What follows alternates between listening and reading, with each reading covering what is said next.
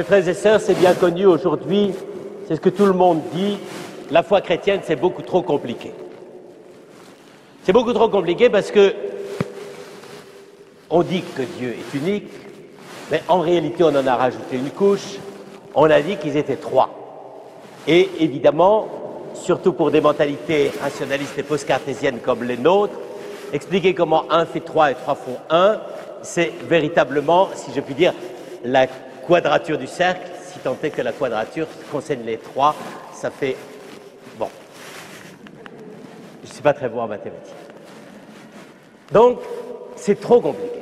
La Trinité, c'est trop compliqué, et c'est ce qui fait qu'aujourd'hui, il y a tant de gens qui se découragent et qui trouvent que, normalement, la religion, c'est universel, démocratique, accessible à tous. Par conséquent, il faut des dogmes simples, il faut dire des choses simples, il ne faut pas des sermons compliqués comme à Saint-Jean de Malte, il faut que tout le monde puisse se trouver immédiatement à l'aise. C'est pour ça l'islam, c'est si bien, à partir du moment où vous avez pratiqué les 5 piliers, bon, ça coûte un peu cher pour aller à la Mecque, mais peu importe, à ce moment-là, ça va, il y a un Dieu unique, on le vénère, on dit qu'il est grand et tout va bien. Et de l'autre côté, dans le judaïsme, là aussi, ils ont essayé de garder la simplicité maximale, c'est-à-dire, il y a Dieu qui s'est occupé de son peuple, et à un certain moment, on a l'impression qu'il s'occupe que de lui. Et ensuite, il a donné les 10 commandements, et vous suivez les 10 commandements, la Torah, les mitzvot, tout ça va. Bon, tandis que nous, dès le départ, j'allais dire, le credo, c'est compliqué, ça marche pas très très bien. Et alors, pourquoi, j'allais dire, pourquoi Dieu a compliqué les choses pour nous? Alors, je vais essayer de vous montrer que c'est pas si compliqué que ça. C'est une véritable gageure, n'est-ce pas? Mais c'est pas si compliqué que ça. En réalité, comment spontanément on pense, on parle et on s'explique Dieu? Je crois que spontanément, on s'explique Dieu par la transcendance. Et pour nous, la transcendance, c'est le fait que Dieu est dans son domaine, il existe très très très loin de nous, il est tout-puissant, on ne comprend rien à ce qu'il veut, il crée le monde par une sorte de pure décision arbitraire, sa liberté est absolue, sa volonté est absolue, Dieu nous dépasse de toute façon. Et donc pour nous, quand on dit que Dieu est transcendant, le premier synonyme qui nous vient à l'esprit, c'est la séparation. Dieu est séparé. Et d'ailleurs, c'est vrai que beaucoup de religions, pas seulement l'islam et le judaïsme auxquels je faisais allusion tout à l'heure, mais beaucoup de religions considèrent que le b.a.-ba de l'esprit religieux, c'est la reconnaissance de la transcendance. La transcendance de Dieu, il est là-haut, il est chez lui. On a même certaines formulations bibliques qui vont tout à fait dans ce sens-là. Le ciel, c'est le ciel du Seigneur. La terre, c'est la terre des fils d'Adam. Chacun son domaine, chacun ses affaires, chacun gère sa petite histoire. Évidemment, dans le judaïsme, l'affirmation est immédiatement corrigée par le fait que Dieu est intervenu en faveur de son peuple, il l'a élu, il l'a choisi, mais ça n'empêche qu'au départ, la perception religieuse fondamentale, c'est la transcendance comme séparation. Et évidemment, à partir du moment où on parle là-dessus, Dieu est inaccessible. Quand on essaye d'en parler, on balbutie. Et au fur et à mesure que les difficultés s'amoncellent, on se dit que finalement, comme on ne peut pas le connaître, comme il nous dépasse, c'est le même pour tous, toutes les religions se valent, on aime tous le même Dieu, il n'y a pas de différence, tout va bien. La dernière étape, c'est l'agnosticisme. On ne sait pas s'il y en a un, on ne sait pas s'il n'y en a pas, donc on vit en le laissant tranquille dans son coin et en souhaitant de toutes nos forces qu'il nous laisse tranquille dans le monde. Donc, il y a une certaine conception de la transcendance et qui est, j'allais dire, mortifère pour Dieu. Effectivement, on peut dire qu'une sorte de considération de Dieu transcendant comme n'ayant rien à voir à faire avec nous, comme nous dépassant de tous les côtés, ça aboutit effectivement à ce que certains d'entre vous se remémorent avec leurs souvenirs de philosophie, ça aboutit à la mort de Dieu. Il est tellement transcendant, il est tellement loin qu'on l'a fait disparaître. Il a disparu de l'horizon. Dieu en dehors de l'horizon humain. Alors, est-ce que le christianisme se retrouve là-dedans? Est-ce que le christianisme se retrouve uniquement dans l'expérience ou dans la reconnaissance ou dans l'affirmation d'une transcendance inaccessible? Elle n'est pas à exclure. Mais si on ne pense Dieu que sur le mode de cette séparation absolue, on n'est pas chrétien. Je crois qu'il faut le dire carrément, on n'est pas chrétien. Pourquoi? Parce que Dieu a cassé ce modèle. Ce n'est pas nous qui l'avons fait, c'est lui qui l'a fait. Qu'est-ce qu'il a fait? Il est intervenu lui-même, personnellement, dans l'histoire de sa création. C'est-à-dire qu'au lieu de dire « moi je reste dans mon coin, je dirige tout ça avec mon logiciel d'ordinateur tout-puissant », il a dit « j'y vais. J'entre dans l'histoire du monde. J'entre dans l'histoire des hommes. J'entre dans l'histoire de chaque personne individuellement. » Du coup, la transcendance change de visage. Bien sûr que Dieu reste toujours au-delà de tout, comme disait saint Grégoire de Nazianze. Mais ça n'empêche que nous avons désormais la possibilité de le saisir dans la relation vivante qu'il a établie avec nous. Et ça paraît très audacieux de dire ça, mais c'est pourtant le nom le plus propre de Dieu, Emmanuel, ce qui veut dire Dieu avec nous. La transcendance de Dieu, l'absolu de Dieu, la toute-puissance de Dieu, qui ne se conçoit plus comme à côté, mais avec, en relation avec, dans la relation de personne à personne. Dieu est effectivement transcendant, mais la transcendance, où est-elle? Elle n'est pas à côté de nous, nous sommes dedans. Ça change tout. Ça change tout parce que si vous réfléchissez vous-même sur toutes les expériences de relations interpersonnelles que vous pouvez avoir, époux, épouse, parents, enfants, amis, groupes, associatifs, tout ce que vous voudrez, et même patron, employé, enfin bref, tout. Qu'est-ce qui fait l'originalité de la relation personnelle? C'est que on est en présence l'un de l'autre, on est en face l'un de l'autre, la présence est le lieu où on est ensemble. C'est pas simplement qu'on est dans le même lieu, mais on est ensemble, là, en face l'un de l'autre.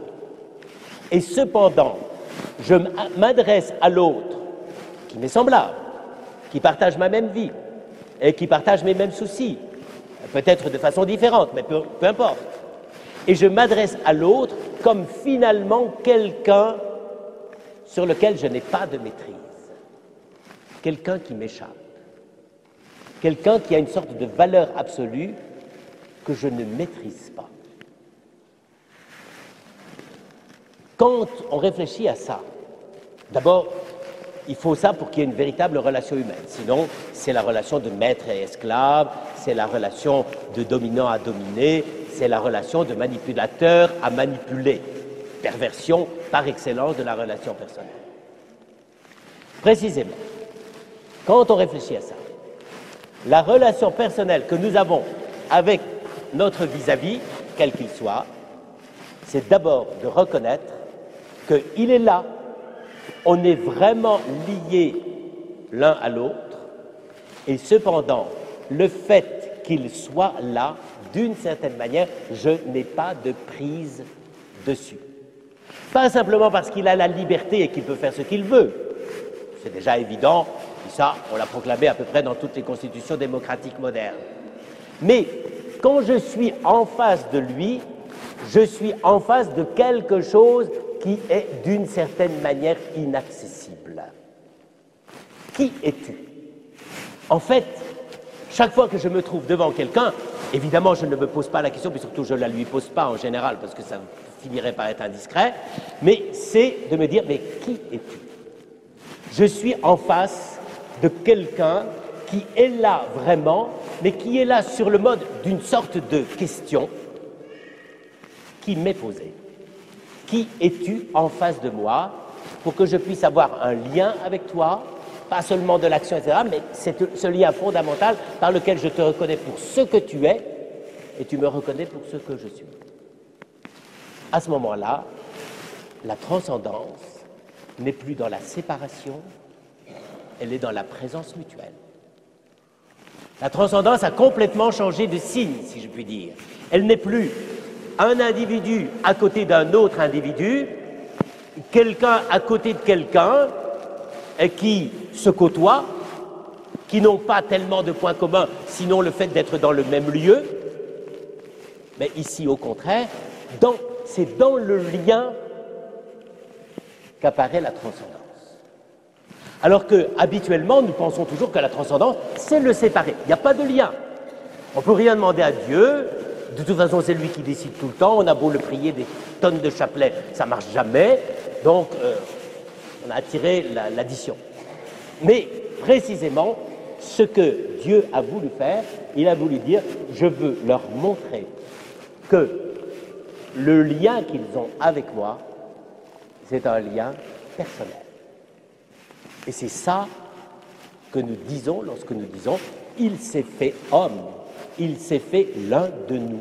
C'est-à-dire, Dieu s'est incarné pour que nous découvrions à travers le vis-à-vis, le visage à visage de chacun de nous avec le visage de Jésus-Christ, que nous découvrions dans ce vis-à-vis que c'est là le lieu de la transcendance. Dieu n'a jamais eu comme souci de se séparer de sa création pour la laisser se débrouiller toute seule, comme on le dit parfois. Dieu, au contraire, a voulu être en relation personnelle avec chacun d'entre nous et dans cette relation même, faire briller sa propre transcendance. Dieu est grand, non pas parce qu'il est séparé, mais parce qu'il est avec nous. Alors, on comprend ce que c'est que la Trinité. Dieu est grand, non pas parce qu'il est seul, mais parce que ce jeu de relations personnelles, il en est la source. Quand Dieu se révèle à nous, sa transcendance, sa grandeur, son immensité, sa toute-puissance, dans la relation personnelle que nous avons avec lui, alors, d'où ça vient? Ben, ça vient de lui. Ça vient de lui qui, depuis toujours, est dans une relation, si je puis dire, de personne à personne, dans le cœur même de Dieu, mais non pas dans la solitude d'une autosuffisance et d'une toute-puissance partagée par un seul, mais dans la relation personnelle du Père, du Fils et de l'Esprit. Autrement dit, quand nous fêtons la Trinité, nous ne nous contentons pas, si je puis dire, de fêter la grandeur inaccessible de Dieu, l'inaccessible, l'invisible, etc. Tout ça est vrai. Mais si c'était vrai, brut de décoffrage, ce serait pareil que l'islam, hein? Absolument pareil. Mais précisément, nous ne disons pas cela. Nous disons que Dieu est absolu, transcendant, parce qu'il est au cœur, parce qu'il vit lui-même de façon absolue la relation personnelle du Père avec le Fils, du Père avec le Fils dans l'Esprit. Et c'est ça. Alors, ne me dites pas que c'est compliqué. Parce que si vous dites que c'est compliqué pour Dieu, ça veut dire que vous n'avez rien compris pour vous. Si vous ne vivez pas dans une certaine profondeur la relation personnelle avec l'autre, effectivement, la relation avec Dieu vous paraîtra, si je puis dire, du chinois. On dirait que les Chinois est un sens théologique très approfondi. Mais c'est précisément l'inverse. C'est parce que, j'allais dire, le lieu de manifestation du mystère de Dieu, c'est la relation qu'il a avec nous et qu'il a réalisée au maximum par l'incarnation. Et donc, que chaque rencontre de l'autre est le lieu même de manifestation de quelque chose qui nous aide à comprendre la Trinité. Et c'est pour ça que la conséquence immédiate de la Trinité, c'est tu aimeras ton Dieu et le commandement qui lui est semblable, tu aimeras ton prochain. C'est-à-dire, tu aimeras... Il n'y a que Jésus qui a rapproché les deux paroles. Hein. Avant, on n'avait jamais osé le faire. Il n'y a que Jésus qui a eu la lucidité, j'allais dire, d'expliquer à ceux qui connaissaient les deux commandements, mais à l'état de séparation, qui a eu l'idée de les unir d'une façon nouvelle, originale, et j'allais dire, unique de la force même de l'union qu'il voulait leur donner. C'est-à-dire que maintenant, effectivement, pourquoi Dieu est amour?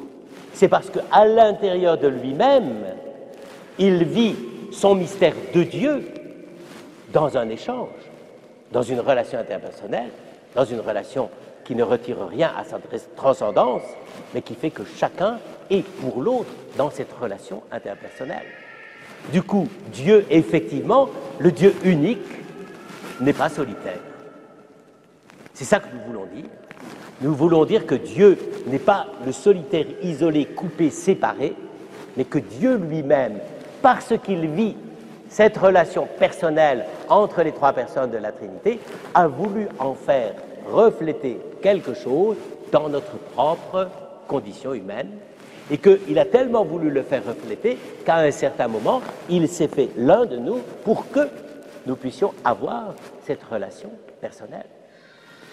Petite conclusion très importante, c'est pour ça qu'on peut célébrer l'Eucharistie. Car quand on célèbre l'Eucharistie, qu'est-ce qu'on dit? On dit tout simplement que nous recevons le corps et le sang du Christ. Or, pour nous, qu'est-ce qui est la manifestation de l'autre dans le fait qu'il est autre? C'est d'abord son corps. Il est là, en face de nous, par son corps. Et donc, quand le Christ se donne corps et sang, c'est-à-dire dans son principe de vie à la fois spirituelle, évidemment, mais charnelle, à ce moment-là, il établit dans la communion que nous allons réaliser tout à l'heure par la participation à l'Eucharistie, il établit cette relation personnelle qui nous constitue vis-à-vis en face de lui. Et comme cette relation personnelle s'établit entre le Christ et chacun d'entre nous, elle peut ensuite trouver entre nous les uns les autres, participants du même corps et du même sang, une plénitude qui est proprement la grâce du mystère de l'Eucharistie. C'est-à-dire que tous ensemble, nous trouvons en plénitude, autant que faire se peut dans la condition humaine où nous participons actuellement, nous trouvons la plénitude de communion qu'un jour il accomplira lorsque tous nous serons rassemblés et intégrés à la communion éternelle du Père, du Fils et de l'Esprit. Amen.